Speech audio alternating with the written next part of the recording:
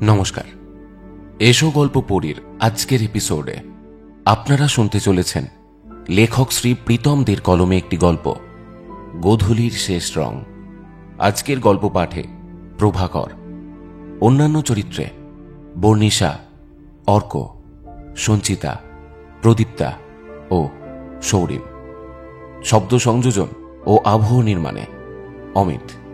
শুরু হচ্ছে এসো গল্প পড়ির আজকের নিবেদন, লেখক শ্রী প্রীতম দের কলমে গোধূলির শেষ রং।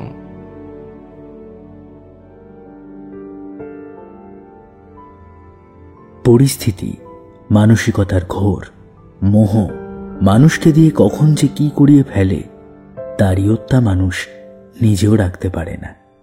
আসলে এই সীমাহীন মানসিক ঘোরের ভ্রমকে সে সময় নিয়ন্ত্রণ করতে শুরু করে মনের এক অদৃশ্য চালিকা শক্তি, যা কেবল তাকে অনর্থক ভ্রমের পথেই ধাবিত করে চলে, আর যার প্রভাবে জীবনের সমস্ত চাহিদা, ইচ্ছে অনিচ্ছে, সুখ দুঃখ, পাওয়া না পাওয়াগুলো কিভাবে যেন হঠাৎ করেই এলোমেলো হয়ে যেতে শুরু করে। এই ভ্রমের খেসারত দিয়ে চলে সেই অদৃশ্য চালিকা শক্তিতে আবর্তিত জীবনগুলো। অমীমাংসিত হয়ে থেকে যায় কিছু সম্পর্কের সমীকরণ। অবশিষ্টাংশ হিসেবে শুধুই পড়ে থাকে কিছু মুহূর্ত, কিছু স্মৃতি আর কিছু দীর্ঘ নিঃশ্বাস। আর মনের কোণে পড়ে থাকে স্বচ্ছ খাঁটি এক অপূর্ণ ভালোবাসা। আজ ভোর থেকে প্রায় একটানা ঝিরিঝিরি বৃষ্টি হয়েই চলেছে। এতটুকুর বিরাম নেই। চারিদিকটা আবছা ঘন সাদা কুয়াশার আস্তরণে আচ্ছন্ন। যদিও এটা জুন মাস, কিন্তু আজকের সকালটা যেন আর বাকি দিনগুলোর থেকে একটু অন্য রকমের নীলের কাছে। ঘুম ভাঙতেই বালিশের তলা থেকে ফোনটা হাতে নিয়ে ঝাপসা চোখেই দেখতে পেল, হ্যাঁ, একটা মেসেজ ঢুকেছে ফোনে। মনটা বেশ উৎফুল্ল হয়ে উঠল ওর। মেসেজ বক্সটা চেক করতেই দেখতে পেল গুড মর্নিং। মুখে খুশির একখানা হালকা হাসি হেসে নিজেও টাইপ করল গুড মর্নিং। মুডটা একেবারে চনমনে, একটা ফুরফুরে মেজাজে ভেসে চলেছে যেন সে। হ্যাঁ, নীল প্রেমে পড়েছে। জীবনে প্রেমের পরশের যে কি শিহরণ জাগানো অনুভূতি, তা বেশ উপলব্ধি করছে এই প্রথমবার। কি করছো? কখন বেরোবে? 8:30 নাগাদ আবার মেসেজ ঢুকলো ফোনে। আজ নীলের একটা ইন্টারভিউ আছে, সেটা দিতেই যাবে ও। ইন্টারভিউ পরীক্ষার দিনগুলোতে মুডটা হওয়া চাই একদম ফ্রেশ, আর নীলের সেটা অলরেডি হয়ে আছে আজ ভোর থেকে। এই তো এক্ষুনি বেরোবো, ফিরে এসে তোমায় মেসেজ করব। ঠিক বছর 6 আগে নীলের ফোনে আসা মেসেজের কয়েকটা কথা সব কিছুকে বদলে দিয়েছিল। সম্পর্কের সমীকরণ থেকে ভালোবাসা, বিশ্বাস, পরিণত মানসিকতা, জীবনের মূল্যবোধ, সবকিছু। অলীক সুখের বাতাবরণ থেকে কঠিন বাস্তবতার মুখে এসে পড়তে হয়েছে সাজানো জীবনগুলোকে। যেন ভূমিকা ছিল একটা দুর্ঘটনা, যা কাহিনী তার সমাপ্তির উপসংহারে পৌঁছে কেবলই গুনে গেছে তার মাসুল। আজ কথাটা না বলে থাকতে পারলাম না। আমি না তোমায় প্রথম দেখাতেই ভালোবেসে ফেলেছি গো। আমি অনেকদিন থেকেই ভাবছি কি করে জানাবো, কিন্তু সে সুযোগ পাচ্ছিলাম না কোনোভাবেই। আজ আর কিছু না ভেবেই, ও হ্যাঁ, এটা আমার দিদির আরেকটা নাম্বার। তুমি ওকে এ ব্যাপারে কিছু জানিও না প্লিজ। ও কিন্তু কিচ্ছু জানে না। নিজের উত্তরটা জানিও। অপেক্ষায় রইলাম। এরকম একটা অপ্রত্যাশিত মেসেজ নীলকে একেবারে হকচকেই দিয়েছিল প্রথমটায়। না পারছিল মেসেজের কিছু রিপ্লাই দিতে, আর না পারছিল রিক্তাকে জানাতে। রিক্তার জন্মদিনে ওদের বাড়িতে নীলের হাসি মাখা সহজাব মুখটা প্রথম দেখাতেই কেমন করে ভালো লেগে যায় রক্তিমার। তারপর দিদির কাছে বহুবার নীলের সম্বন্ধে বেশ ভালো ভালো কথা শোনার পর ভালো লাগার ক্ষুদ্র অণুগুলো যেন একটু একটু করে বড় হতে থাকে রক্তিমার মনে, এবং তা বাড়তে বাড়তে কখন যে অনেকখানি জায়গা করে নেয় রক্তিমার অন্তরের মণিকোঠায়, তা রক্তিমা নিজেও বুঝে উঠতে পারেনি। তবে একটা সময় পৌঁছে অনুভব করতে পেরেছে যে সে ছেলেটার কথায়, আচরণে, স্বভাবে তার প্রতি আকর্ষিত হয়ে পড়েছে ধীরে ধীরে। আসলে বয়সের সন্ধিক্ষণে পৌঁছে যা হয় আর কি। নীল রক্তিমাকে সামনাসামনি দেখলেও বা ওর কাছে রক্তিমার এই হঠাৎ করেই প্রস্তাবটা এলেও নীলের মনে কিন্তু সেরকম কোনো অনুভূতি করা নাড়েনি। বরং ওর এটা মনে হয়েছে যে মেয়েটা এখনো যথেষ্ট ছোট, কম বয়সে এরকমটা হওয়া স্বাভাবিক। মোহতে পড়ে কাজটা করে ফেলেছে। প্রথমটায় ঘাবড়ে গেলেও পরে বেশ ঠান্ডা মাথায় সারাটা দিন ধরে বিষয়টা নিয়ে যথেষ্ট ভাবেনি। রিক্তা, তোকে একটা কথা বলার ছিল। হ্যাঁ বল। মানে বলছি কি, শোন না, কাল আমার কাছে এই মেসেজটা আসে তোর ফোন থেকে। পরদিন কলেজের ক্লাসে গিয়ে নীল খুব ধীরে ধীরে কথাটা বলে রিক্তাকে। তারপর নিজের ফোনটা এগিয়ে দেয় রিক্তার সামনে। ফোনের স্ক্রিনে স্থির দৃষ্টি রাখে রিক্তা। নীল আবার বলে ওঠে, আসলে ও তো এখন ছোট, সামনেই অনেক বড় পরীক্ষা, মাধ্যমিক দেবে। ওটাই এখন ওর কাছে সবচেয়ে ইম্পর্ট্যান্ট।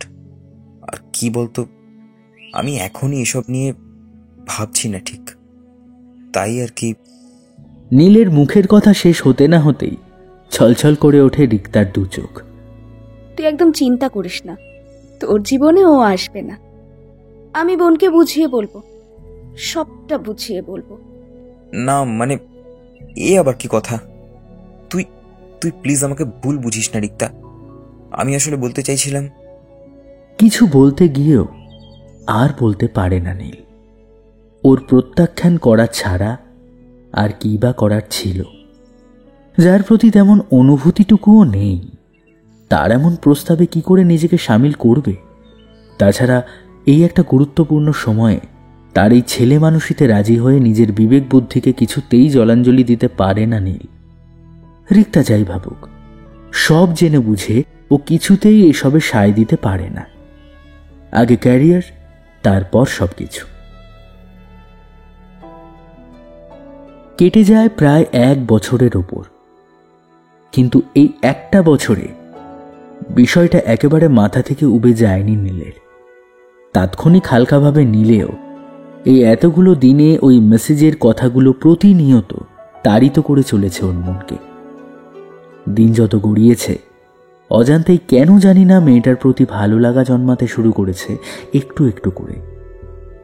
সেদিন ফোনে আসা অপ্রত্যাশিত মেসেজ আর ওর নিজের করা প্রত্যাহার সবকিছুই যেন ওকে ভাবিয়েছে অতল স্পর্শিতে গিয়ে। সবকিছু ভেবে চিনতে এতদিন পর নীল সিদ্ধান্ত নেয় এবার ওর মনের কথাগুলো জানানোর সময় হয়ে এসেছে। কিন্তু এ কথাটা সে মেয়েটাকে কিভাবে বলবে? বলতে হলে তো রিক্তাকে বলা ছাড়া উপায় নেই। তাছাড়া সে কি এতদিন পর ফিরিয়ে দেওয়া প্রস্তাব গ্রহণ করবে? তার মনে কি নীলের জন্য এখনো জায়গা আছে, নাকি? এই সমস্ত ভাবনা চিন্তার মাঝে একদিন রিক্তাকে ডেকে বলেই ফেলে নিজের মনের কথা। রিক্তা, তোর সাথে একটা কথা ছিল। বল। দেখ, খুব সিরিয়াস একটা কথা। ওহো, আরে বল না।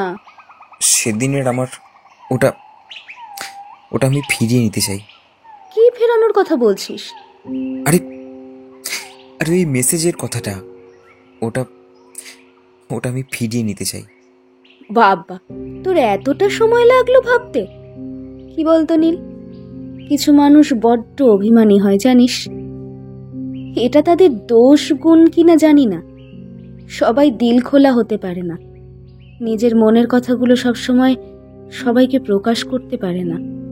কিন্তু যখন তারা তেমন কারো সঙ্গ পায় যে তাদের মনের ইচ্ছে, ভালো লাগাগুলো সেই মানুষটার সাথে ভাগ করে নিতে পারবে, তাদের অনুভূতিগুলো বুঝবে, কিন্তু সে যখন জানতে পারে তার সেই ইচ্ছে শুধুই একতরফা, তার ভাবনা সম্পূর্ণ মিথ্যে, তখন সে আর নিজেকে সেই মিথ্যে জালে জড়াতে চায় না জানিস।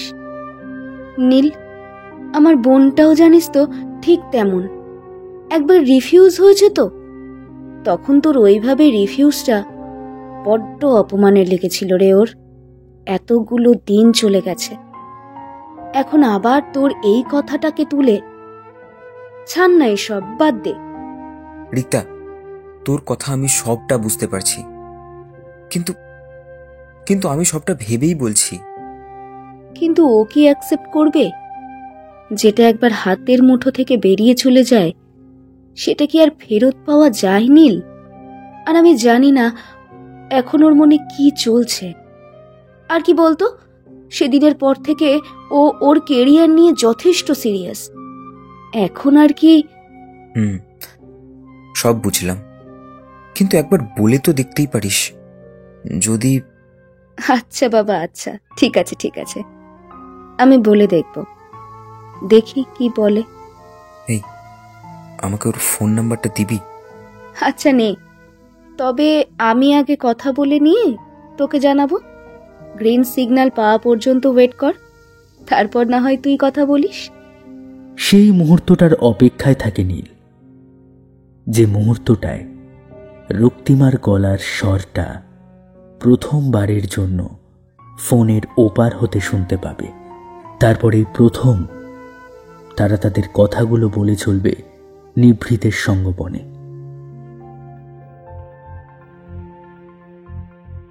দুদিনের মধ্যেই রিক্তার দিক থেকে ইতিবাচক ইঙ্গিত পায় নীল। কলেজে গিয়ে জানতে পারে ওর প্রস্তাবের সম্মতির কথা। নীলের মন এক অনাবিল অফুরান খুশিতে মাতোয়ারা, যা তার চোখ মুখের অভিব্যক্তিতেই ধরা পড়ছে স্পষ্টভাবে। কিন্তু রিক্তার মুখে কেমন যেন গম্ভীরতার ছায়া। চোখ দুটো স্থির, নিজের হাত দিয়ে নীলের হাত দুটোকে শক্ত করে তুলে ধরে বলে, নীল, আমার বোনটাকে কিন্তু আঁকলে রাখিস। তোর ওপর আমার পুরো ভরসা আছে, আর সেই ভরসাতেই এতটা সাহস পেলাম আমি। তোর হাতেই ছেড়ে দিলাম ওকে, কখনো ওর হাত ছাড়িস না। যে কোনো পরিস্থিতি আসুক না কেন, তোরা নিজের আলাদা হোস না, একে অপরকে শক্ত করে ধরে রাখিস। এভাবে বলিস না রিক্তা, যে কোনো সিচুয়েশনই আসুক না কেন আমি ওকে ছেড়ে যাব না, কিছুতেই। তোকে আমি কথা দিলাম, বিশ্বাস রাখতে পারিস আমার উপর রিক্তা। নীলের কথাটা শেষ হওয়া মাত্রই রিক্তার চোখের কোণ থেকে দুফোঁটা জল গড়িয়ে এলো গাল বেয়ে। রিক্তার হাত দুটো শক্ত করে ধরে আশ্বাস দিল নীল। তারপর নিজের হাত দিয়ে মুছিয়ে দিল রিক্তার চোখের জল।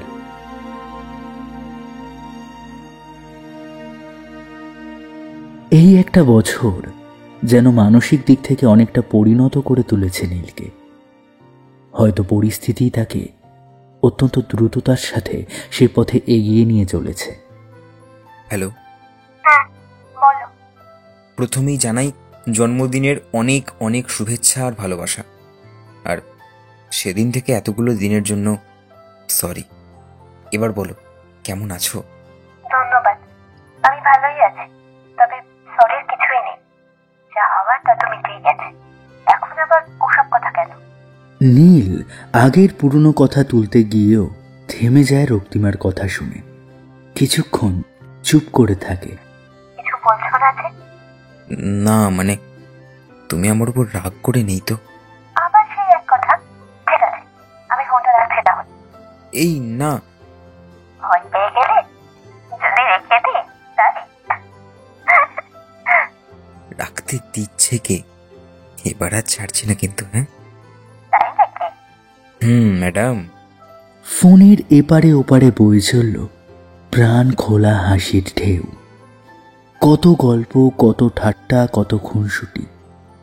এভাবেই নতুন করে শুরু হয় নীল রক্তিমার প্রেম পর্ব। নীলের ইন্টারভিউর আগের দিনই সন্ধেতেই নীলের সাথে রক্তিমার এই ফোন আলাপ। কয়েক মাসের মধ্যে এই ভালো লাগার প্রেমটা কখন যে পৌঁছে যায় গভীর ভালোবাসার পর্যায়ে, তা ওরা নিজেরাও বুঝতে পারেনি। এই একটা বছরে নীল যেমন বিষয়টা নিয়ে অত্যন্ত তলিয়ে ভেবেছে, তেমন রক্তিমাও মন থেকে নীলের নামটা মুছে ফেলতে পারেনি। মনের মধ্যে সর্বক্ষণ ছিল নীলের বাস। এখন ওরা প্রায় রোজই ফোনে কথা বলে অনেকটা সময় ধরে। কথাটা যেন শেষই হতে চায় না। সময় এগিয়ে চলে নিজের ছন্দে, নিজের গতিতে।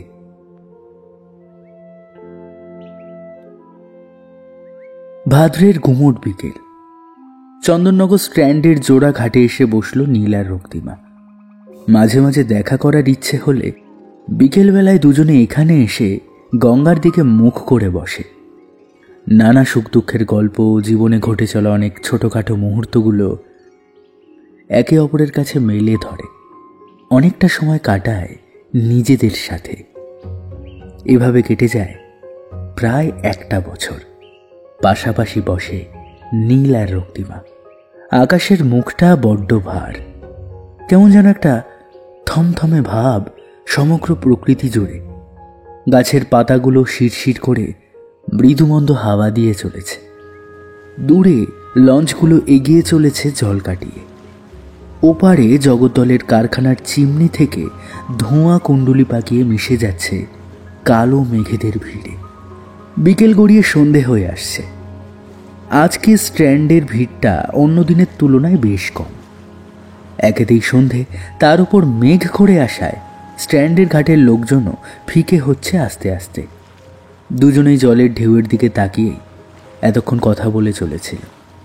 হঠাৎ রক্তিমা নিজের কোমল হাত দিয়ে স্পর্শ করল নীলের হাত।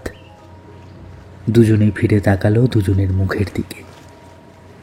দুজনের স্থির ও স্নিগ্ধ চাহনিরা যাতায়াত করছে একে অপরের চোখের দৃষ্টিকোণে। রক্তিমার চোখে এক অজানা আশঙ্কা।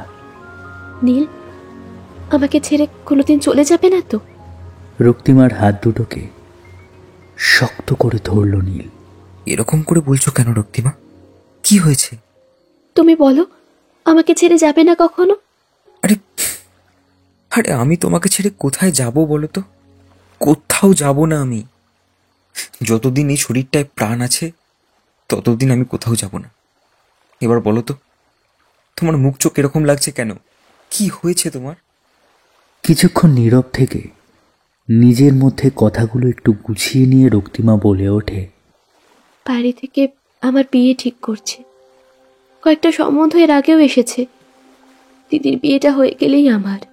কি বলছো কি? ঠিকই বলছি। দিদির সাথে সাথে মা আমার জন্য পাত্র দেখা শুরু করে দিয়েছে।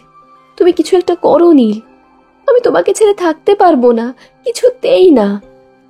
নীল রক্তিমার হাত দুটো ছেড়ে জড়িয়ে নিল ওর বুকে। ওদিকে তখন দুজনেরই বুকের ধুকপুকুনি শুরু হয়ে গিয়েছে। হৃদস্পন্দন কেঁপে চলেছে অনবরত। সারা শরীর জুড়ে একটা হালকা উত্তেজনার আন্দোলন শুরু হয়ে গিয়েছে।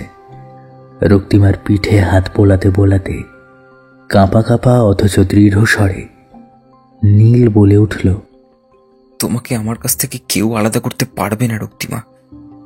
আমরা আলাদা নই। আমি তোমায় ছেড়ে কখনো কোথাও যাব না।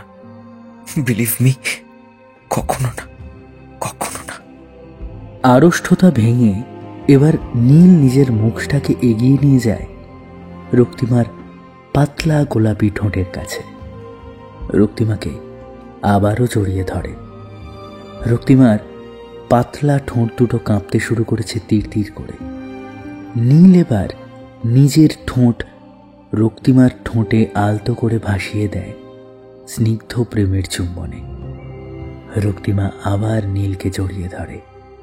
দুজনের বুকের হৃৎপিণ্ডের ধুকপুকুনি আর ওদের শরীরের উষ্ণতার পারদ তখন চড়ে দ্বিগুণ হয়ে গিয়েছে। ঠিক এরই মধ্যে আকাশ ভেঙে ঝরে পড়ে কোটি কোটি বাড়িধারা। কুণ্ডলীকৃত কৃষ্ণকায় মেঘরাশি গর্জন করতে থাকে তীব্র স্বরে। ওই গর্জনের শব্দে রক্তিমা আরো শক্ত করে জড়িয়ে ধরল নীলকে। দূরে সারি দিয়ে সাজানো স্তম্ভবাতিগুলোতে স্ট্যান্ড রোড আলোকিত হলেও এই জনশূন্য গঙ্গার ঘাটে খোলা আকাশের নিচে এই প্রেমে ভেসে যাওয়া বৃষ্টির জলে দুটো সিক্ত শরীর ছাড়া ধারে কাছে আর কোথাও কেউ নেই। ঘাটের সিঁড়িগুলো থেকে গঙ্গার দিকে অনবরত নেমে যাচ্ছে বৃষ্টির জলধারা। আজ ওদের এই প্রেমানুভূতির সাক্ষী হয়ে থাকলো খোলা আকাশ, সিক্ত গাছপালা আর আপন গতিতে বয়ে চলা গঙ্গার বিপুল জলরাশি। সত্যি বললে তো নীল, তুমি ছেড়ে চলে যাবে না তো? কথা দিলাম তোমায় আমি। আমাকে একটা ভালো কোনো কাজ জোগাড় করতে দাও, তারপর আমি বাড়িতে সবটা জানাবো। তার আগে তোমায় একটু অপেক্ষা করতে হবে রক্তিমা, বুঝতেই তো পারছো সবটা। পারছি। এবার তুমি বলো তো, অপেক্ষা করবে তো আমার জন্য? আমার চেয়ে ভালো ছেলের খোঁজ পেলে বাড়ির কথায় বিয়ে করে নেবে না তো? তোর পাগল, তোমার থেকে আমার কাছে আর কে ভালো হবে বলো তো? আমার কাছে তোমার থেকে আর কেউ ভালো না, ভালো হতেই পারে না। সম্বন্ধগুলো দিদির পছন্দ নয় বলে দিদি এক এক করে কাটিয়ে দিচ্ছে। আমি তো ফিরেও দেখি না ওদিকে। আমি অপেক্ষা করব নীল, তোমার জন্য অপেক্ষা করব।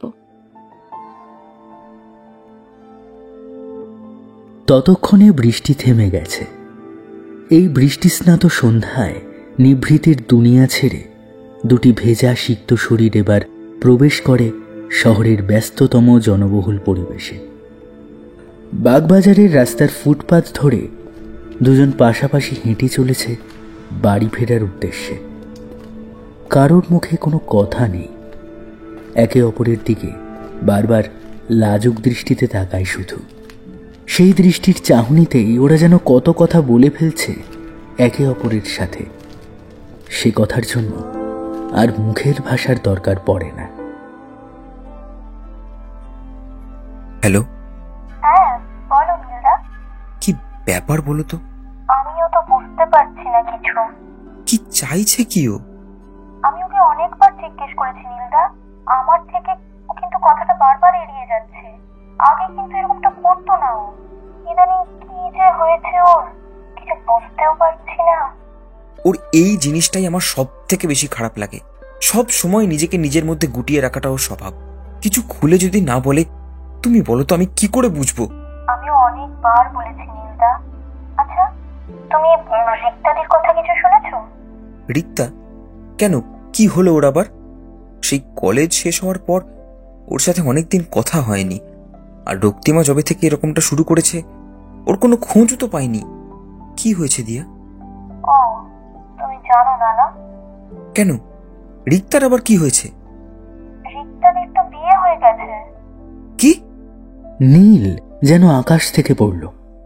রিক্তা বিয়ে করেছে অথচ ও জানে না, একবার ওকে জানানোর প্রয়োজন মনে করল না। আর রক্তিমা, ও তো কিছু বলল না। দিয়ার মুখ থেকে এই খবরটা সত্যি ভীষণভাবে অবাক করে নীলকে। একটু চাপা অভিমানের সুরেই বলল, কবে হলো বিয়ে? কার সাথে হলো? আমি তো কিছুই জানতে পারলাম না। আমাদের কেউ বলেনি, রক্তিমার মুখেই শুনেছিলাম। বাড়ি থেকে নাকি হঠাৎ করে এই বিয়েটা দিয়েছে, অনুষ্ঠানও করেনি। ও আচ্ছা। আচ্ছা শোনো না নীলদা, রক্তিমাকে তুমি আবার কল করো কেমন? আর উত্তর যদি তেমন না পাও তাহলে আমাকে জানিও, আমি ওকে তোমার সাথে দেখা করানোর ব্যবস্থা করব। দিয়া রক্তিমার বেস্ট ফ্রেন্ড, তাই নীল আর রক্তিমার ব্যাপারটা ওর গোড়া থেকেই জানা। সবই ঠিক চলছিল। হঠাৎই দিন কয়েক থেকে রক্তিমা নীলের সাথে আর তেমন কোনো কথা বলে না। 5 বার ফোন করলে একবার রিসিভ করে, মেসেজ সিন করলে রিপ্লাই তেমন দেয় না। আগেও এরকম হয়েছে, তবে রাগ করে 2-1 দিন। তারপর সব আগের মতো স্বাভাবিক হয়ে গিয়েছে, যেমনটা হয় আর কি। রক্তিমা যে একটু চাপা স্বভাবের তা তো ভালো করেই জানে নীল। ওকে একমাত্র নীলই বোঝে। কিন্তু এবারের ঘটনাটা যেন একটু বেশি ভাবাচ্ছে নীলকে। মনে নাড়া দিয়ে ওঠে সেবার পুজোর সময় ঘটা ঘটনার কথা। এবারের পুজোটা নীল আর রক্তিমার কাছে অন্য বছরের চাইতে একটু অন্যরকম হতে চলেছে।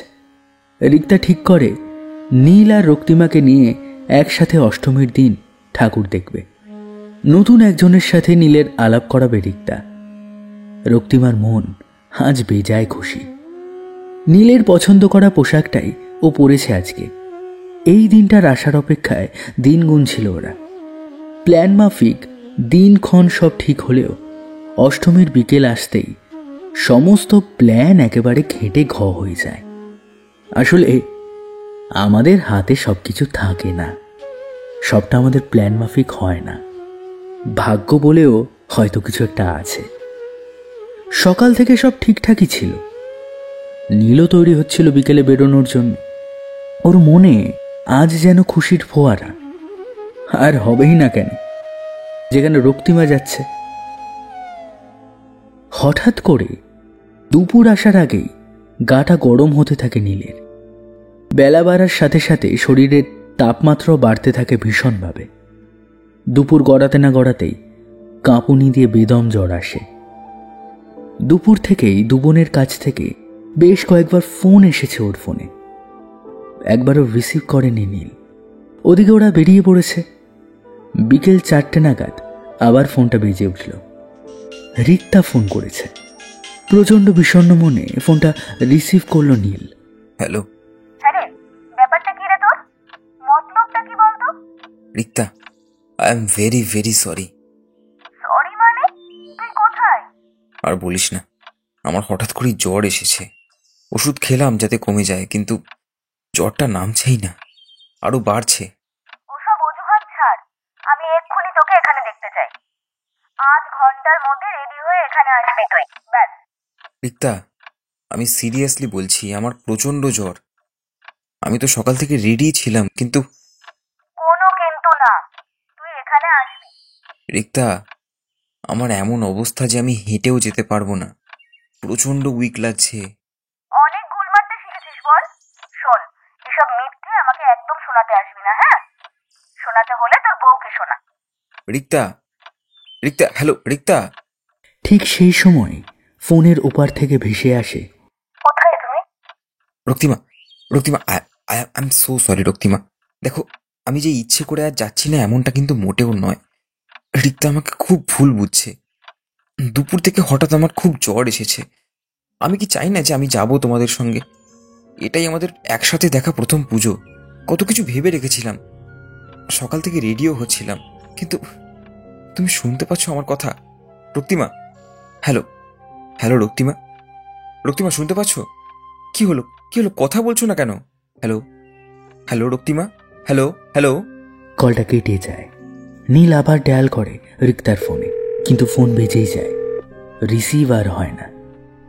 রক্তিমার মোবাইলে ডায়াল করলেও সেই একই ব্যাপার, কল রিসিভ হয় না। বেশ কয়েকবার দুবনের ফোনেই অনেকবার ডায়াল করে নীল, কিন্তু দুজনের ফোন বেজে গেলেও কল রিসিভ আর কেউই করে না। যতই হোক, আজ রক্তিমা খুব আশা করেছিল, নিজে থেকে অনেক কিছু সাজিয়ে নিয়েছিল। ওদিকে রিক্তাও আজকের দিনটায় অন্যরকম একটা প্ল্যানের কথা ভেবে রেখেছিল, কিন্তু সব আশায় একেবারে জল ঢেলে দিল নীল। এরকমটা যে নীল করবে এটা ওরা ভাবতেও পারেনি। কিন্তু নীল কি সত্যিই চেয়েছিল এরকম একটা বাজে ব্যাপার ঘটুক? ও তো সত্যিই ভালোবাসে রক্তিমাকে, কিন্তু সব চাওয়া পাওয়া যে নিজের হাতের মুঠোতে থাকে না, এটাই বাস্তব। নীলের আজ নিজে যেতে না পেরে যতটা খারাপ লাগে, তার থেকেও আরো বেশি কষ্ট পায় এটা ভেবে যে ওরা আজ সত্যি ওকে এতটুকুও বুঝলো না, বিশ্বাস করতে চাইল না ওর কথাগুলো। রিক্তা এত কাছের বন্ধু ওর, আর রক্তিমা ওই বা কি করে?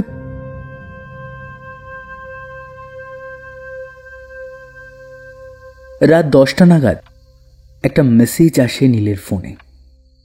রক্তিমা করেছে। ততক্ষণে নীলের জ্বর নেমেছে, এখন অনেকটাই সুস্থ, কিন্তু মনটা খুব খারাপ।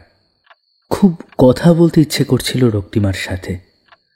ফোনটা তুলে নিয়ে রক্তিমার নাম্বারটা ডায়াল করতে গিয়েও করল না। বিকেলে অতবার ফোন করেও যখন ওরকম একটা ব্যবহার পেল, খুব কষ্ট পেয়েছিল। এরকমটা তো আশা করেনি সে। খাটের এক কোণে দেওয়ালে হেলান দিয়ে নিজের জীবনের ঘটে চলা ইতিবৃত্ত ভেবে চলেছিল সে। ঠিক সেই সময় ফোনের স্ক্রিনে ভেসে আসা মেসেজটা দেখে ডুকরে ওঠে বুকটা।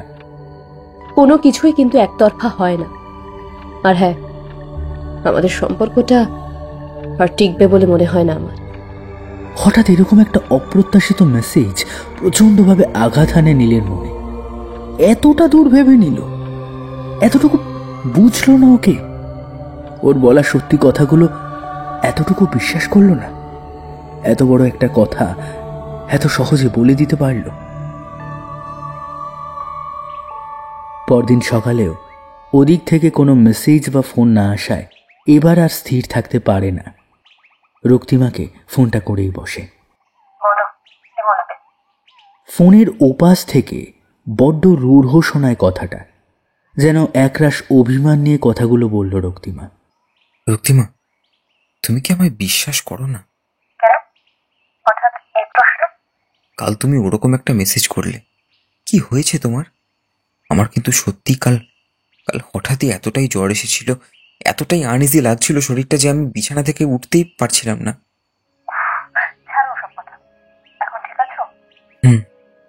কিন্তু কালকের ওই মেসেজটা। কিছুক্ষণ চুপ থাকার পর রক্তিমা একটু নরম সুরেই বলল,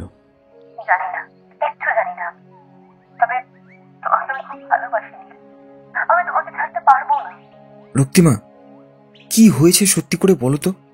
কিছু হয়নি আমার, আমি একদম ঠিক আছি। ওসব মেসেজের কথা বাদ দাও, তুমি সুস্থ থেকো। আমি এখন রাখছি, মা এসে বলবে। সবটা তো ঠিকই হয়ে গিয়েছিল, কিন্তু এখন নতুন করে আবার কি ঘটল যাতে রক্তিমার এমন আচরণ? তবে কি নীলের এই সাধারণ ভাবনার বাইরেও এক অন্য কোনো সূক্ষ্ম ভাবনা লুকিয়ে আছে? কিন্তু এত গোপনীয়তা কিসের? এই কমাসে রিক্তা ওর সাথে একবারও কথা বলেনি। সেই সময়ের ঘটনায় সেভাবে আমল না দিলেও এখন দিয়ার মুখে এসব কথা শুনে নীল বেশ বুঝতে পারে কিচ্ছু ঠিক নেই, রক্তিমা ঠিক নেই। আর রিক্তার এই নিজের থেকে বিয়ের ব্যাপারটাও বড় অদ্ভুত লাগছে। কত ভালো বন্ধু ছিল ওরা, আর ওই জানতে পারল না রিক্তার বিয়ের কথা। একসময় রিক্তার বিয়ে নিয়ে কতই না মজা করেছে ওরা, কিন্তু হঠাৎ করেই সবটা কেমন যেন এলোমেলো হয়ে গেল। মাথায় নানান ভাবনা এসে ভিড় করে। প্রায় 1 মাস হতে চলল। রক্তিমা আর নীলের মধ্যে আবারও কোনো কথা নেই। এটা নীলের কাছে রক্তিমার চেনা স্বভাবের ছবি। প্রতিবারই এই একই ঘটনা ঘটে, কিন্তু এবার রক্তিমার সাথে পাল্লা দিয়ে নীলও মুখে কুলু পেটেছে। এবার যতক্ষণ না রক্তিমা নিজে থেকে এসে বলবে ততদিন ও মুখ খুলবে না। কিন্তু তা বলে এই মনোব্রত চলতে থাকবে যে একেবারে 1 মাস ধরে এতটা ভাবতে পারেনি নীল। কিন্তু সবটা তো নিজের ভাবনা চিন্তার মধ্যে সীমাবদ্ধ থাকে না, এর বাইরেও অনেক কিছু ঘটে চলে যা নিজেদের চিন্তার ধরাছোঁয়ারও বাইরে। ফোনটা হঠাৎ আসে রাতের বেলায়। একটু অবাকই হয়ে যায় নীল। আবার সেই সঙ্গে মনের মধ্যে একটা অদ্ভুত আনন্দের স্ফুলিঙ্গ জ্বলে ওঠে। খুশিতে নেচে ওঠে মনটা। এই দিনটারই তো অপেক্ষা করছিল নীল। হ্যাঁ বলো। কাল বিকেলে ফ্রেন্ডে একটু দেখা করতে পারবে? খুব দরকার আছে। কথাটা শুনে আশ্চর্য হলেও নীলের মনে তখন জেগে ওঠে খুশির ঢেউ। খেলে যায় এক অফুরান আনন্দের শিহরণ। আচ্ছা, কটায়? বিকেল 5:30, বকুলতলায়, যেখানে আমরা বসতাম। जो हुकुम मेम साहब। ঘাটের কাছে বকুলতলার নিচে হেলান দেওয়া কাঠের চেয়ারটাতে বসে আছে রক্তিমা। নীল গুটি গুটি পায়ে হাতে ধরা লাল গোলাপটা পেছন দিকে নিয়ে রক্তিমার পাশে গিয়ে বসে। মনের মধ্যে তখন বয়ে চলেছে এক চরম খুশির জোয়ার। গঙ্গায় তখন জোয়ারের সময়। এতদিনের কালো মেঘ কেটে গিয়ে আকাশ ফিরে পেয়েছে তার নীল রং। ও এসে গেছো? নীল এসে পাশে বসাতে চমক ভাঙে রক্তিমার। নীলের চোখের দিকে তাকিয়ে সে বলে ওঠে, কেমন আছো? এতদিন ছিলাম না, তবে কালকের পর থেকে অনেকটা ভালো আছি। বাড়ির সবাই ভালো আছে? হ্যাঁ, আছে ওই মোটামুটি। আচ্ছা, তোমার কি হয়েছে বলো তো? কিছু তো একটা হয়েছেই। দেখো, আমার কাছে লুকিয়ে না রেখে বলো রক্তিমা, প্লিজ। আমার বিয়ে ঠিক হয়ে গেছে। কথাটা শোনা মাত্রই যেন তীর এসে বিঁধল নীলের কানে। ধরাস করে উঠল বুকটা। মুহূর্তের মধ্যে যেন এই অসীম নীলাকাশ ছেয়ে ফেলল নিকষ কালো মেঘে। সেই মেঘরাশি সমগ্র আকাশ ভেঙে গর্জে উঠল প্রচণ্ড গর্জনে। কি শোনালো রক্তিমা? ও কি ঠিক শুনল কথাটা? অদ্ভুত স্বরে মুখ থেকে একটা আওয়াজ বেরিয়ে এলো নীলের। কি? হ্যাঁ নীল, ঠিকই শুনছ। আমার বিয়ে ঠিক হয়ে গেছে, সামনের মাসেই বিয়ে। নীলের গলা থেকে আর কোনো স্বর বের হয় না। কোনো এক অদৃশ্য শক্তি আষ্টে পৃষ্ঠে চেপে ধরেছে তার গলা। শ্বাস অবরুদ্ধ হয়ে আসতে থাকে যেন। চেয়ার ছেড়ে শটান উঠে দাঁড়িয়ে পড়ে সে। নীলাকাশে ছেয়ে ফেলা সেই নিকষ কালো মেঘে এখন ঝড় উঠেছে প্রবলভাবে। লুকিয়ে হাতে রাখা গোলাপটা দুমড়ে মুচড়ে ছিন্ন বিচ্ছিন্ন করে ফেলে নীল। গোলাপের কাঁটার আঘাতে হাত যে ক্ষতবিক্ষত হয়ে রক্তের ধারা বইতে শুরু করেছে, সে ভ্রুক্ষেপও নেই ওর। কেটে যাওয়া হাতের থেকেও আরো শতগুণ ক্ষতবিক্ষত হয়ে যাচ্ছে ওর বুক। মুহূর্তের মধ্যে এক প্রকাণ্ড ঝড় উঠে তছনছ করে দিল সবকিছু। মুখ থেকে কোনো ভাষা বের হয় না নীলের। এতদিনের বলা না বলা কথাগুলো যেন নিমেষের মধ্যে হারিয়ে গেল এক লহমায়। এক দৃষ্টে রক্তিমার দিকে তাকিয়ে ঠাঁই দাঁড়িয়ে থাকে নীল। চোখ দুটো ছলছল করে ওঠে। নীলকে এতক্ষণ ধরে চুপ করে স্থিরভাবে দাঁড়িয়ে থাকতে দেখে রক্তিমা বলে ওঠে, তুমি কিছু বলবে না? কি গো, কিছু বলবে না তুমি? কি আর বলার আছে আমার? এতক্ষণ পর সমস্ত নীরবতা ভেঙে কথাটা ধীর গতিতে বেরিয়ে আসে নীলের মুখ থেকে। আমার বিয়ে নীল, তুমি চুপ করে থাকবে? বিয়েটা কি কাল ঠিক হয়েছে? না, মানে প্রায় 1.5 মাস। ব্যাস, বুঝে গেছি তোমার এতদিন ধরে চুপ থাকার কথা। কেন এরকমটা করলে?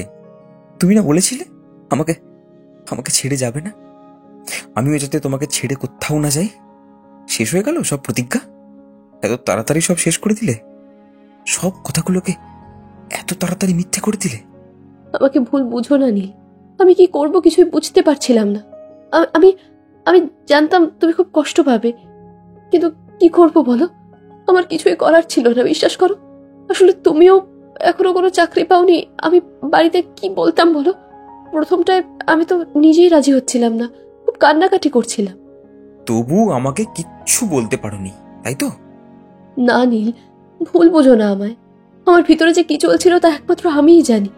আমার বাবার এক বন্ধুর মেয়ে নিজে থেকে বিয়ে করে, তখন নাকি ছেলেটা ভালোই ছিল। বিয়ের 1 মাস যেতে না যেতেই মেয়েটা এখন বাপের বাড়ি থাকে। ছেলেটার নাকি আরো একটা মেয়ের সাথে রিলেশন আছে। আমি কি করতাম বলো? তোমার কথা আমি কিভাবে বলতাম? ভুল বোঝো না নীল, প্লিজ প্লিজ ভুল বোঝো না। না না, আমি কাউকে ভুল টুল বুঝি না। লোকে আমায় ভুল বোঝে। যাক, খুব ভালো একটা খবর দিলে। তুমি কিছু বলবে না? এখন বলে কি হবে? এই 1.5 মাসে যখন এত কিছু জানাওনি, তাহলে এখন সব ঠিকঠাক করে জানানোর কোনো দরকার ছিল কি? ডিসিশন তো নিয়েই নিয়েছো নিজের লাইফের, তাহলে আমার কাছ থেকে কিছু শোনারই বাকি আছে? ঠিক আছে, জানিয়েছো যখন, তখন বলি, ভালো থেকো। হাত দুটোকে পেছন থেকে রক্তিমার চোখের আড়ালে সরিয়ে এনে সোজা হেঁটে চলে যায় রাস্তার দিকে। রক্তিমা বার দুয়েক পিছু ডেকে ওঠে। নীল, নীল!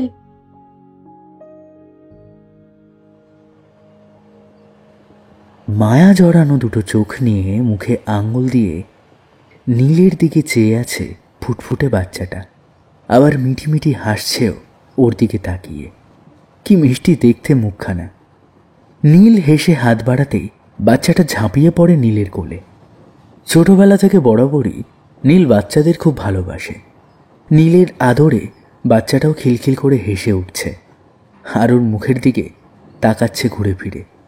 ওর কত বয়স হলো? এই তো 3 বছর হবে। নাম কি ওর? বাড়িতে তো বুবলি বুবলি ডাকে সবাই। ভালো নাম রিতমা। তোমাকে পেয়ে তো দারুণ খুশি হয়েছে, একেবারে খেলা পেয়ে গেছে। সামান্য হাসল নীল। ট্রেনে উঠে নিজের সিটটায় বসার পরে চোখ পড়ে ওর বিপরীত সিটে এক ভদ্রলোকের কোলে বসে থাকা বাচ্চাটার দিকে। কতটা প্রাণবন্ত ফুটফুটে একটা বাচ্চা। তা কোথায় যাবে ভাই?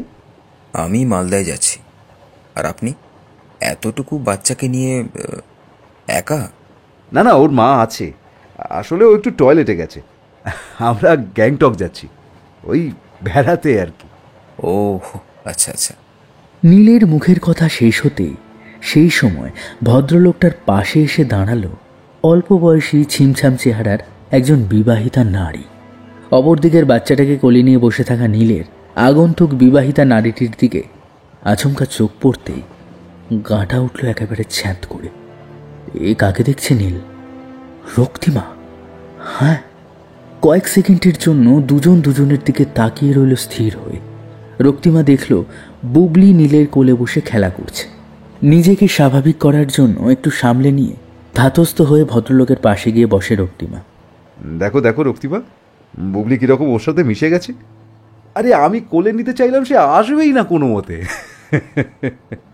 একটা মেকি হাসি দেখা গেল রক্তিমার মুখে। ওদিকে অপর দুজনের বুকের মধ্যে যে 6 বছর আগের অতীতের পুরনো ঝড় আবার শুরু হয়েছে, তা ওরা ছাড়া আর যে কারো বোঝার সাধ্য নেই। নীল দেখে এই 6 বছরে রক্তিমার চেহারার তেমন কিছু পরিবর্তন হয়নি, তবে সিঁথির এক চিলতে সিঁদুরে একেবারে গিন্নি গিন্নি ভাব লাগছে। সত্যি সিঁদুর পরে কি মিষ্টিই না লাগছে ওর মুখখানা। ও তো এভাবেই দেখতে চেয়েছিল রক্তিমাকে। রক্তিমাও আর চোখে দেখে নীলের চেহারারও তেমন পরিবর্তন হয়নি। সেই সারল্য সহজাব ভাবটা এখনো মিশে আছে ওর মুখে। ওকে এখন আরও বেশি হ্যান্ডসাম লাগছে। তা মালদায় কি কোনো কাজ আছে নাকি রিলেটিভের বাড়ি যাচ্ছ? ভদ্রলোকের কথাতে চমক ভাঙে দুজনে। কাজেই যাচ্ছি, আমি একটা নাট্য দলের সাথে যুক্ত, সেখানেই একটা নাটকের প্রোগ্রামে যাচ্ছি আর কি। কাটা কাটাভাবে কথাগুলো বলে নীল। ভেতরটায় যে তোলপাড় হয়ে যাচ্ছে। মনে মনে কিছুটা সামলে নেয় নিজেকে। এমন কোনো আচরণ যাতে না প্রকাশ হয়, যাতে কিছু আন্দাজ না করতে পারে রক্তিমার স্বামী। ওদিকে বাচ্চাটা নীলের কোলে বসে ওর সাথে খেলতেই থাকে আপন মনে। এই কয়েক মিনিটে বাচ্চাটা কেমন যেন আপন করে নিয়েছে নীলকে। রক্তিমাও চেয়ে দেখে সেসব। নিজেকে গুছিয়ে নিয়ে মনের মধ্যে চলা প্রসঙ্গ পরিবর্তন করে ভদ্রলোককে জিজ্ঞেস করে, বলছিলাম, আপনার সার্ভিস না বিজনেস? আরে হ্যাঁ, তাই তো। এতক্ষণ ধরে কথা বলছি, কে কোথায় থাকি, কি করি, নাম কি সেটাই তো জানা হলো না। আমার নাম শুভদীপ, হাই স্কুল টিচার। তোমার নাম কি? আমি নীল। আর পেশার কথা তো আগেই বললাম। আচ্ছা আচ্ছা, তা তোমায় তো দেখলাম নৈহাটি থেকে উঠলে। আমি চন্দননগরে থাকি, আমাদের টিম আগেই চলে গেছে। আমার নৈহাটিতে কিছু কাজ ছিল, তাই পরে যাচ্ছি। তা আপনাদের বাড়ি কোথায়? নীল দিয়ার কাছ থেকে সবটা জেনেছে। বিয়ের দিন, রক্তিমার শ্বশুরবাড়ির ঠিকানা, ওর স্বামীর নাম, সবটাই। তাও ওকে যে অভিনয়টা করতেই হবে, এছাড়া আর কিছু উপায় নেই। সিট ছেড়ে যাবেই বা কোথায়? ওদের কথার মাঝে রক্তিমা যে আর চোখে নীলের দিকে ঘন ঘন তাকাচ্ছে, সেটা নীলের চোখ এড়ায় না। ও তাই নাকি? তুমি চন্দননগরে থাকো? ওখানে তো আমার শ্বশুর বাড়ি, আর আমার বাড়ি দমদম। এই এই রক্তিমা, দেখো তোমাদেরই পাড়ার ছেলে তো, চেনো নাকি? হ্যাঁ। শেষের কথাটা মজা করেই বলে শুভদীপ। রক্তিমার মুখে একটু হাসি দেখা গেলেও মনের মধ্যে একটা চাপা আতঙ্ক ঘনীভূত হতে থাকে। এই বুঝি ফেলে আসা অতীতের দিনগুলো সামনে চলে আসে। তাহলে তো সব শেষ। প্রায় অনেকক্ষণ ধরেই নানা বিষয়ে কথা চলে শুভদীপ ও নীলের মধ্যে। কখনো কখনো কাজ, কখনো খেলা, কখনো আবার শুভদীপ রক্তিমার বিয়ের কথা, ওদের পারিবারিক জীবনের কথা, বাচ্চাটার কথা। শুভদীপ অনায়াসে বলে চলে নীলকে কথাগুলো। মেয়েটা অনেকক্ষণ ধরে খেলার পর এখন নিশ্চিন্তে ঘুমিয়ে পড়েছে মায়ের কোলে। এই নীল ভাই, এই সময় করে আমাদের বাড়ি এসো একবার, আর ফোন নাম্বারটা নিয়ে নাও। নীল মনে মনে ভাবে, রক্তিমার স্বামী মানুষটা বড় সহজ সরল, কত অনায়াসেই মানুষের সাথে মিশে যেতে পারে। মেয়েটাও হয়েছে তেমনই। সব দিক থেকেই রক্তিমা সুখ শান্তি পেয়েছে, যা হয়তো নীল ওকে দিতে পারত না। হঠাৎ সিট ছেড়ে উঠে শুভদীপ বলে, আমি একটু টয়লেট থেকে আসছি, এক্সকিউজ মি। শুভদীপ চলে যেতেই দুজনেই কিছুক্ষণ একদৃষ্টে তাকিয়ে থাকে একে অপরের দিকে। তারপর বুকের মধ্যে হারানোর কষ্টটা চেপে রেখে প্রথম মুখ খোলে নীল। কেমন আছো? দেখতেই তো পাচ্ছ কেমন আছে। হুম, সে তো দেখতেই পাচ্ছি। তা বিয়ে করেছো তো? করিনি। কেন? করিনি কারণ সেই ইচ্ছে আর হয়নি। তুমি সেই একই রকম রয়ে গেলে।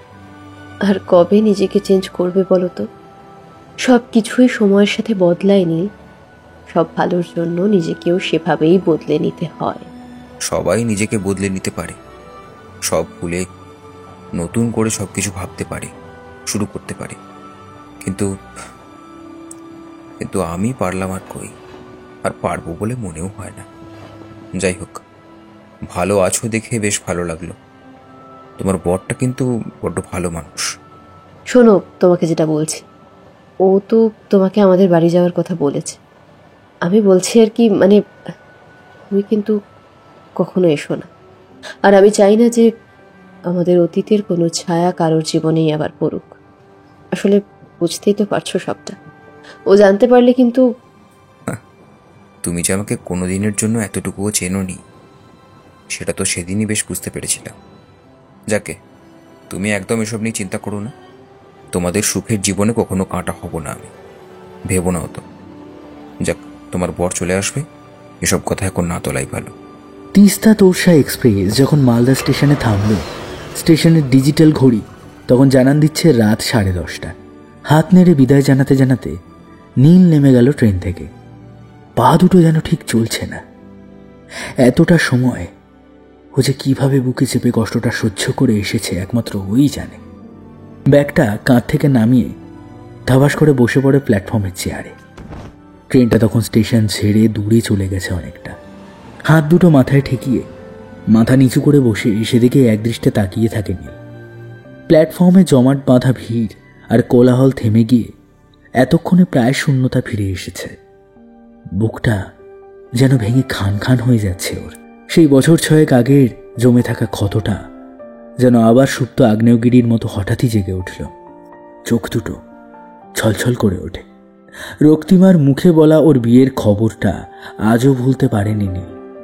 ও যে সত্যিই মন প্রাণ দিয়ে ভালোবেসেছিল রক্তিমাকে, যার জন্য আজও নিজের জীবনটাকে সাজাতে পারেনি। আর সেই প্রথম ভালোবাসা আজ এইভাবে প্রাক্তন হয়ে ধরা দিল ওর সামনে। পৃথিবীটা যে গোল, তাই চেনা মানুষগুলো হয়তো এইভাবেই ফিরে ফিরে আসে বারে বারে। চেহারায় খুব একটা বদল না ঘটলেও বদল ঘটেছে কথাবার্তা, ভাবভঙ্গিমায়। কতটা পাল্টে গেছে রক্তিমা। সময় পরিস্থিতির সাথে মানিয়ে নিয়ে হয়তো এভাবেই বদলে যেতে হয়, এভাবেই হয়তো বদলে নেয় প্রত্যেকেই, যা নীল পারেনি। আর রক্তিমার এই পরিবর্তন হবে নাই বা কেন? ও তো আর নীলের নেই। ওর নিজের সংসার হয়েছে, অন্য কারোর স্ত্রী আজ রক্তিমা, তার সাথে এক সন্তানের মা। বুকটা যেন আবার মোচড় দিয়ে ওঠে নীলের। মাসখানেক পর এক রাতে হাওড়া বাস টার্মিনালের পাশ দিয়ে হেঁটে আসতে থাকে নীল। রাস্তার উজ্জ্বল হলুদ আলোয় হঠাৎ সালোয়ার কামিজ পরা একটা চেনা চেহারা দেখতে পেয়ে থমকে দাঁড়ালো আচমকাই। অপরদিকের চেনা মানুষটাও নীলকে দেখতে পেয়েছে। মানুষটা নিজে থেকে এগিয়ে এলো নীলের দিকে। কিরে, কেমন আছিস? হঠাৎই সামনে এসে জিজ্ঞাসা করে রিক্তা। মুখটা যেন বিষণ্ণতায় ভরা, যেন বড় উদ্বিগ্ন লাগছে চোখ দুটো। ভালোই আছি, তা তোর কি খবর? আমার আর খবর? কি করছিস এখন? বিয়ে টিয়ে করেছিস? করিনি। ও, তা কবে করবি? করবো না তো। কেন করবি না কেন? দেখ, আমি চাই না যে আমার জন্য কেউ কষ্ট পাক। আমার জন্য তার জীবনটাই শেষ হয়ে যাক। আর আমাকে যদি জোর করে বিয়ে করানো হয়, তাহলে যে আমাকে বিয়ে করবে তার জীবনটাই নষ্ট হয়ে যাবে। কারণ আমার মন যে তার প্রতি থাকবে না, তাই আর দ্বিতীয় কাউকে। কোনো কিছুই যে কারোর জন্য থেমে থাকে না নীল, সময়ের সাথে সাথে সবকিছু বদলায়। তুই কি এখনো বোনকে? রিক্তার কথা শুনে নীল রিক্তার চোখের দিকে তাকাতে নীলের চোখের ভাষা পড়ে নিতে সময় লাগে না রিক্তার। বুঝতে পেরেছি, কিন্তু তোকে তো চেঞ্জ করতে হবে নিজেকে। মনকে বোঝা নীল, যা হবার তো হয়ে গেছে। তুই ফালতু ওসব আঁকড়ে রেখে বসে আছিস, নিজেকে কষ্ট দিচ্ছিস। কি করব আর? মনকে তো আর জোর করে মানানো যায় না। বাদ দে ওসব কথা, তোর খবর বললি না তো। রিক্তার বিয়ের প্রায় 6.5 বছর পর এই প্রথম দেখা দুই বন্ধুর। কলেজে পড়ার সময় কতই না ঠাট্টা ইয়ার্কি চলত, কিন্তু সেসব কালের নিয়মে সময়ের গতিতে বড্ড তাড়াতাড়ি যেন কোথায় হারিয়ে গেল, আর ছিন্ন বিচ্ছিন্ন হয়ে গেল সম্পর্কের সুতোর বাঁধনগুলো। দুজনে হাঁটতে থাকে কথা বলতে বলতে। নীল, সেদিনের ঘটনার জন্য আমি সরি চাইছি রে। আমার জন্যই তোকে অতগুলো কথা সেদিন শুনতে হয়েছিল। আমি চাইনি এরকমটা হোক। আরে তোর তো কোনো ভুল ছিল না, তুই তো নিজের মতো করে জানিয়েছিলি। বাদ দে না ওসব। কেমন আছিস বল? ভালোই গুছিয়ে সংসার করছিস বল? নীলের জন্মদিনে কোনোবারই শুভেচ্ছা জানাতে ভুলত না রিক্তা। বিয়ের পরেও রিক্তার কাছ থেকে বার্থডে উইশটা আসে নীলের ফোনে। মাঝে রিক্তার সাথে কোনো কথা না থাকলেও শুভেচ্ছাটা আসাতে নীল খুবই খুশি হয়ে রিক্তাকে ফোন করে, কিন্তু দুর্ভাগ্যবশত কলটা রিসিভ করে রিক্তার স্বামী। সেখানেই বাঁধে যত গণ্ডগোল। কল রিসিভ করে নীলকে অকথ্য ভাষায় অপমান করে, এমনকি ওদের বন্ধুত্বের সম্পর্ককে কালিমা লিপ্ত করতেও ছাড়ে না। নীল প্রথমটায় ওর স্বামীর এরকম আচরণ দেখে হতবাক হয়ে গেলেও ফোন রাখার পর বেশ বুঝতে পারে রিক্তার বৈবাহিক জীবনটা খুব একটা শান্তির নয়। এই নিয়ে আরও অশান্তি হবে ওদের মধ্যে। রিক্তার কথা ভেবে বড় খারাপ লাগে নীলের। এসব ভেবে সেদিন থেকেই রিক্তার সাথে সম্পূর্ণভাবে যোগাযোগ বিচ্ছিন্ন করে ফেলে। আজ আবার এত বছর পর ফের দেখা ওদের। আর সংসার আমরা যা ভাবি তা কখনো হয় না রে নীল, কখনো হয় না। ও আর নেই। নেই মানে? বছরখানিক হতে চললো ও মারা গেছে। সে কি? আর কি, ওই যাকে তোর সাথে আলাপ করাতে চেয়েছিলাম পুজোর সময়, বাবা মা ওই ভালো ছেলে দেখে বিয়ে দিয়ে দিল। আর ভালো ছেলে, প্রচুর ড্রিঙ্ক করতো জানিস। ওই নেশায় সব শেষ করে দিল রে। রিক্তার দিকে নীল তাকিয়ে থাকে করুণ দৃষ্টিতে। মেয়েটার কপাল সত্যিই খারাপ। নিজের মনের মধ্যে একটু ভেবে নিয়ে কথাগুলো বলে রিক্তাকে। সে কি? কি বলছিস কি তুই? কি করে হলো এসব? রিক্তা, আমি একটা কথা বলবো, যদিও আমার ক্ষেত্রে এটা বলা খাটে না, তবু সবাই তো আর আমার মতো নয়। আমি বলি কি, তুই আবার জীবনটা শুরু কর প্রথম থেকে। এই বয়সে এটা তোকে মানাচ্ছে না রে, ভালো লাগছে না দেখতে। রিক্তা আবছা ভেজা দুচোখ দিয়ে নীলের দিকে তাকিয়ে থেকে কিছুক্ষণ পর বলে ওঠে, জানিস নীল, আর একটা কথা তোকে বলতে গিয়েও বলতে পারিনি সেদিন। কবে? কোন কথা? একটু চুপ করে থাকে রিক্তা। রিক্তার কাছ থেকে কোনো উত্তর না পাওয়ায় আবারও প্রশ্ন করে নীল, কিরে, কি কথা বলবি তো? আমিও তোকে খুব ভালোবেসে ফেলেছিলাম রে। রিক্তার কাছ থেকে এরকম একটা অপ্রত্যাশিত কথা ওর মনের মধ্যে গিয়ে যেন আঘাত করল সজোরে। চমকে উঠল নীল। কি বলছে কি রিক্তা? কিছুক্ষণ থেমে নিজেকে কিছুটা শান্ত করে বলে উঠল, পাগলি, তোর এই কথাগুলো এত বছর পরে আমাকে বলার কথা মনে হলো? হ্যাঁ, কি বলতো তুই? প্রথমেই বলিসনি কেন? তাহলে তো এভাবে, ও গড। আমি পারিনি রে নীল, পারিনি। আমার বলার আগেই দেখলাম যে আমার বোনটা বড্ড ভালোবেসে ফেলেছে, যে তোকে ওর মনের কথা জানিয়ে দিয়েছে। আমি বড় দিদি হয়ে তখন কি করে পারতাম বলতো? তাহলে এখন বলে কি লাভ? আর যা হবার তো হয়েই গেছে। সব যে ছিন্ন বিচ্ছিন্ন হয়ে গেছে রিক্তা। জানি, কোনো লাভ নেই। তুই একটু আগেই আমাকে বললি না জীবনটাকে আবার শুরু করতে, কিন্তু কিন্তু আমি জানি তোর পক্ষে এটা সম্ভবই না। আর আমারও। কি বলতো রিক্তা, আমাদের জীবনটা না সময়ের উপর নির্ভর করে চলে। সময়ের কাজ সময় মতো না করলে পরে ভেবে পস্তানো ছাড়া আর কিছু করার থাকে না। তুই এটা একদম ঠিক করিসনি, একদম না। নীল, আমাদের জীবনটা যে বড্ড ওলট পালট হয়ে গেছে রে। আবার জীবনটা শুরু কর রিক্তা।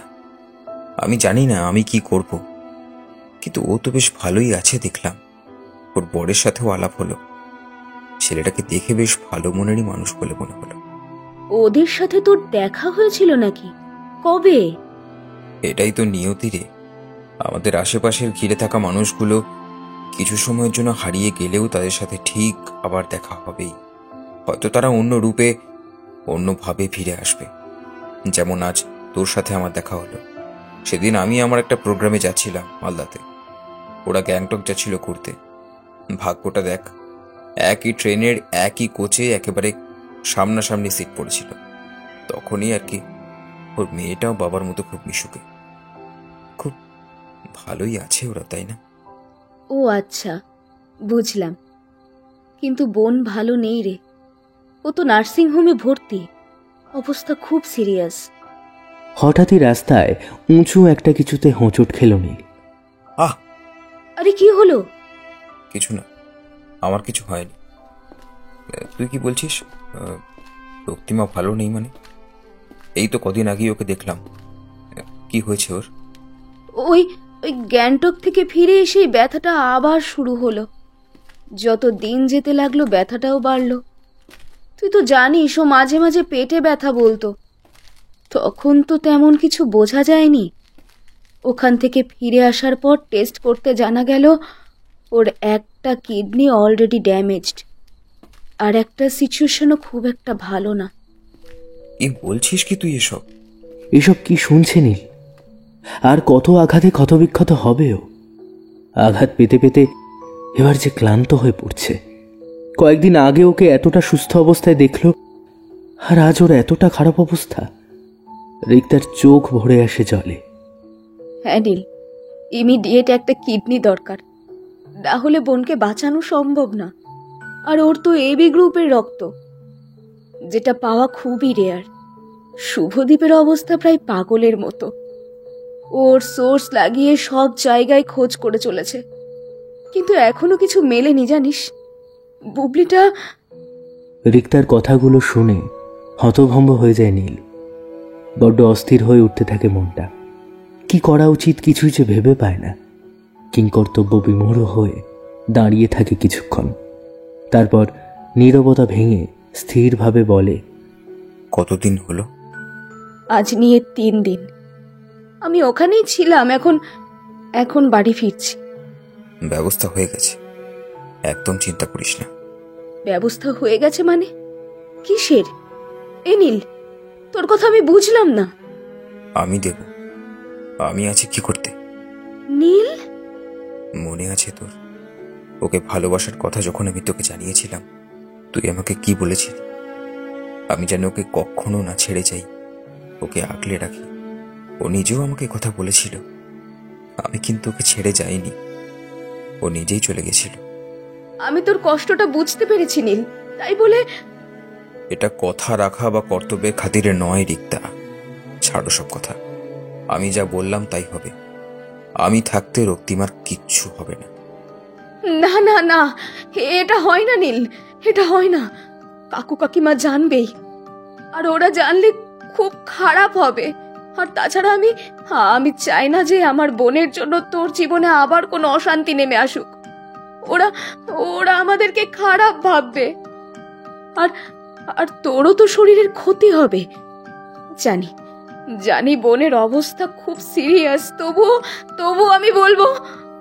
আর কিচ্ছু বলবি না তুই, কিচ্ছু না। মেয়েটার জীবন বড় নাকি আমার বাড়ির অশান্তি? এখন ওকে বাঁচাতে হবে রিক্তা।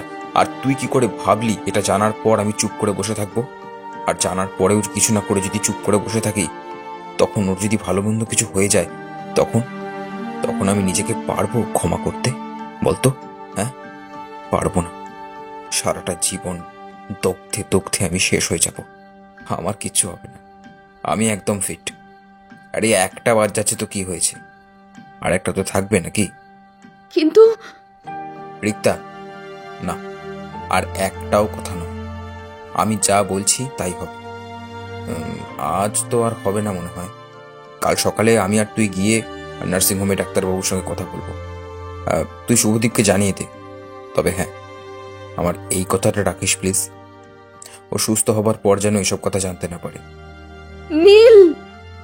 রিক্তা নীলের ওপর আর কোনো কথাই বলতে পারে না, শুধু ওর দিকে তাকিয়ে মনে মনে ভাবে, একজন একজনকে কতটা মন প্রাণ দিয়ে ভালোবাসলে নিজের জীবনের ঝুঁকিটুকু নিতে পিছপা হয় না। নীলকে না দেখলে তা হয়তো বোঝাই যেত না। নীল এখনো ওর বোনকে ঠিক আগের মতো একই রকম ভাবে ভালোবেসে চলেছে। ডাক্তারের কাছে অপারেশন সাকসেসফুল জানতে পেরে মনের মধ্যে অনেকটা স্বস্তি বোধ করে রক্তিমার বাড়ির সকলে। অপারেশনের সময় অনেক রক্ত লেগেছিল। নীলের রক্তের গ্রুপ ও পজিটিভ হওয়ায় আর কোনো সমস্যাই হয়নি তেমন। আজ নার্সিংহোম থেকে রক্তিমার ছুটি। ও এখন অনেকটাই সুস্থ। শুভদীপ বসে আছে রক্তিমার কাছেই। এই দিদি কোথায় গো? সকাল থেকে ওকে দেখছি না। কাল বিকেলে একবার এসেছিল। শুভদীপ নীরব, কোনো কথা নেই। কি ভাবছো? বলছি দিদি কোথায়? কিছুক্ষণ চুপ থেকে ঘোর কাটিয়ে উঠে শুভদীপ বলে উঠল, আচ্ছা রক্তিমা, তুমি জানো তোমাকে কে বাঁচিয়ে তুলেছে? কথাটা শুনে বেশ অবাক হয়ে যায় রক্তিমা। শুভদীপের মুখের দিকে তাকায় অদ্ভুতভাবে। কে গো? ওই যে আমাদের গ্যাংটক যাওয়ার সময় আমাদের সামনে সিটে বসা ট্রেনের ছেলেটার কথা মনে আছে তো তোমার? শুভদীপের মুখের নামটা শোনা মাত্রই একেবারে যেন আকাশ থেকে পড়ল রক্তিমা। কি শুনল, কি বলল কি শুভদীপ? দু চোখের পাতা কাঁপতে শুরু করেছে তীর তীর করে। ঘন ঘন নিঃশ্বাস পড়তে শুরু করেছে কথাটা শুনেই। কি বললে তুমি? হ্যাঁ রক্তিমা, ওই ছেলেটা আবার তোমার দিদিরও বন্ধু। আচ্ছা তুমি চিনতে নাকি ওকে? বুকের মধ্যে যেন ক্রমাগত বাজ পড়তে থাকে রক্তিমার। নীল ওর প্রাণ বাঁচিয়েছে নিজের জীবনের ঝুঁকির কথা না ভেবেই। বুকটা ধকধক করে কাঁপছে। এদিকে শুভদীপকে কি বলবে? অস্পষ্ট জড়ানো স্বরে শুধু একটাই প্রশ্ন জিজ্ঞাসা করে, এই দিদি কোথায় গো? যে তোমার এতটা উপকার করেছে তাকে কৃতজ্ঞতা জানাবে না? শুভদীপ অত্যন্ত নিচু স্বরে বলে। নিজেকে বড্ড অসহায় লাগছে যেন রক্তিমার। খুব ছোট স্বার্থপর মনে হচ্ছে আজ নিজেকে। নীলের সামনে গিয়ে ও দাঁড়াবে কিভাবে? একসময় যাকে ছেড়ে চলে গিয়েছিল, আজ সেই ভালোবাসার মানুষটা ওকে প্রাণে বাঁচিয়েছে। আজও এতটাই ভালোবাসে নীলকে। ওর কাছে যে এখন কৃতজ্ঞতা জানানোর ভাষাটুকুও নেই। একদিন ও নিজে নীলকে বলেছিল ওদের নতুন জীবনে যেন ফেলে আসা অতীতের কোনো ছায়া না পড়ে। ও সেটাই চায়। আজ কোন মুখ নিয়ে হাজির হবে ও নীলের সামনে? কি গো, যাবে নীলের কাছে? মনের মধ্যে ক্রমশ উঠেই চলেছে প্রবল অস্থিরতার ঢেউ। নিজেকে খানিকটা শান্ত করে শুভদীপের হাত ধরে রক্তিমা ধীরে ধীরে হেঁটে আসে অন্য একটা কেবিনের ভেতরে। কেবিনের ঘরে ঢুকেই রক্তিমা দেখতে পায় রুমের ভেতরে নীলের বাড়ির লোকজন। সবার মুখটায় কেমন যেন ফ্যাকাশে থমথমে একটা ভাব। বেডের ওপর শোয়ানো সাদা কাপড়ে ঢাকা একটা মানুষকে ধরে মুপিয়ে কেঁদে চলেছে ওর দিদি নীলের মা। বুকের ভেতরটা প্রচণ্ডভাবে আঁতকে ওঠে রক্তিমার। চোখের সামনে এই দৃশ্য ভেসে উঠতেই সমস্তটা পরিষ্কার হয়ে যায়। আর কোনো কিছুই অজ্ঞাত থাকে না তার কাছে। সবটা বুঝতে পেরে ছুটে গিয়ে বিছানায় শায়িত দেহটার ওপর থেকে সাদা চাদরটা টেনে সরিয়ে ফেলে বুক ভাঙা তীব্র কান্নায় চিৎকার করে ওঠে। অপারেশনের পর থেকেই নীলের শরীরের অবস্থার অবনতি হতে শুরু করে ভীষণভাবে। অনেক চেষ্টার পরেও কোনোভাবেই আর নীলকে বাঁচিয়ে রাখা সম্ভব হয় না। দুদিন পর আজ পৃথিবীর সমস্ত মায়া কাটিয়ে সে পাড়ি দেয় এক অজানার উদ্দেশ্যে। কিন্তু নীল রক্তিমাকে ছেড়ে যায়নি, আর যাবেও না কোনোদিন।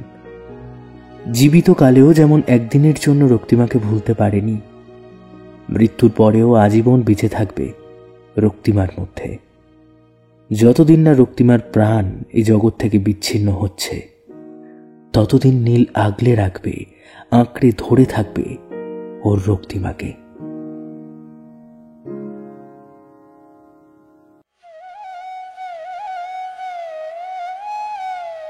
এতক্ষণ আপনারা শুনলেন লেখক শ্রী প্রীতম দের কলমে একটি গল্প, গোধূলির শেষ রং।